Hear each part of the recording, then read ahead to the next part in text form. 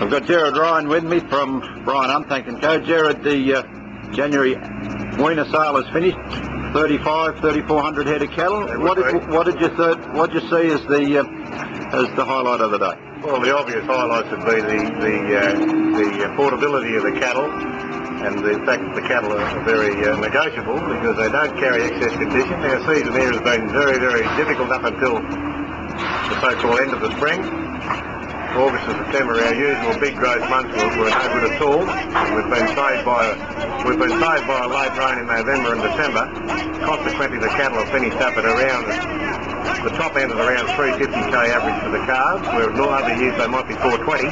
The other obvious highlight this year has been the result of the substantial rain that's fallen across the backgrounding and feeding grazing areas of central New South Wales. Like a lot of cattle here gone into the New England and the bottom of Queensland, Gundawindi, Durham Bandy, Dalby, Roma, and then right back down Tamworth, Gunnedah, places that you'd love to see come to your sale normally, and they just come here, and we're grateful that the industry that looked like it was on its knees a few months ago has been resurrected on the death knot. Tops of the Euro calves at $790. Well, of course, the quality has a bit to do with that too. They're an excellent pair of calves. They weigh just on 400. So I suppose there was no surprises there. They were close to being killable.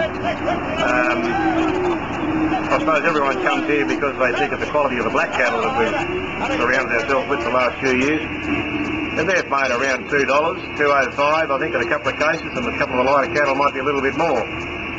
But if we'd have thought 3 weeks ago we could have finished up a result like that, we'd have been over the moon. Stephen Paul with me from Paul and Skylight. Stephen, you're involved in the Friday annual sale here at Wodonga today. How did you see it? I saw it very favourable. Outstanding sale, I thought, considering the way the season was shaping. I think the recent rains have made the market stand up very well, and I suppose we were blessed with recent rains that have made the inquiry very strong. In the lead up to this, everyone was a little nervous about where the market would have traded. What was the expectation, and how much above did the market actually trade from where you were expecting?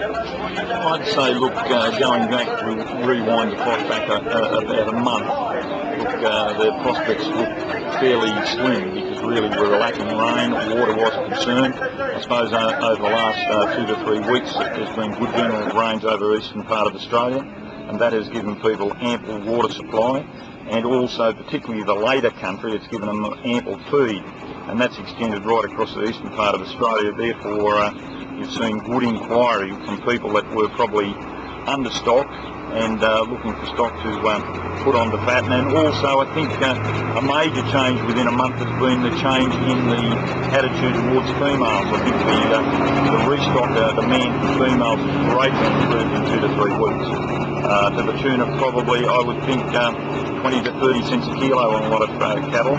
Which has been very much in the seller's favour. So, in terms of trading range, where did you see them? Cents per kilo, dollars per head. What did it come out at? Look, a lot of the heifers, I think, were around about $1.70, maybe to $1.80, with a few making above that. But that was probably the general run of heifers, and fairly keenly sought by, people from near and far. Yeah. Stephen Paul, thanks for your time. Thank you very much, mate.